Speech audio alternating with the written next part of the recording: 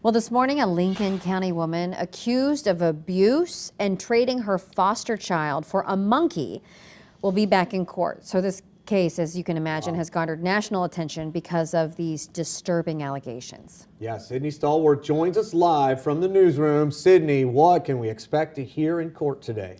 Well, Paul, Michelle, this morning, Brenda Deutsch will be back in court requesting a public defender. She told a judge she cannot afford an attorney. One of the most jaw-dropping allegations she's facing, trading her foster child for an exotic monkey.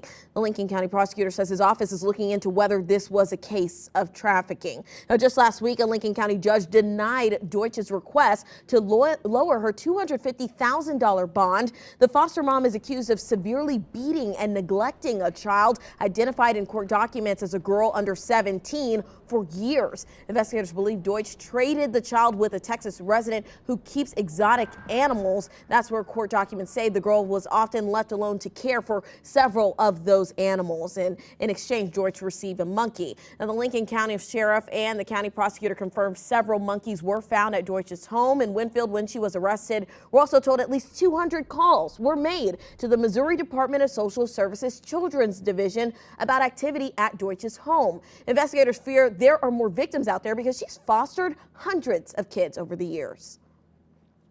Two things that really stood out was the number of children that had been fostered through that home, and then the allegations that these types of abuse and emotional neglect had been going on for what seems to be perhaps a decade.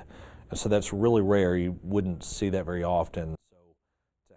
Will be in court at 9 o'clock this morning. The judge previously denied Brenda Deutsch's request for a public defender, so we'll see what happens this morning. In our next half hour, hear how the county prosecutor got word of this alleged trade of the child for a monkey. I'll have more on that at 6:30. I'm Sydney Stallworth, 5 on your side.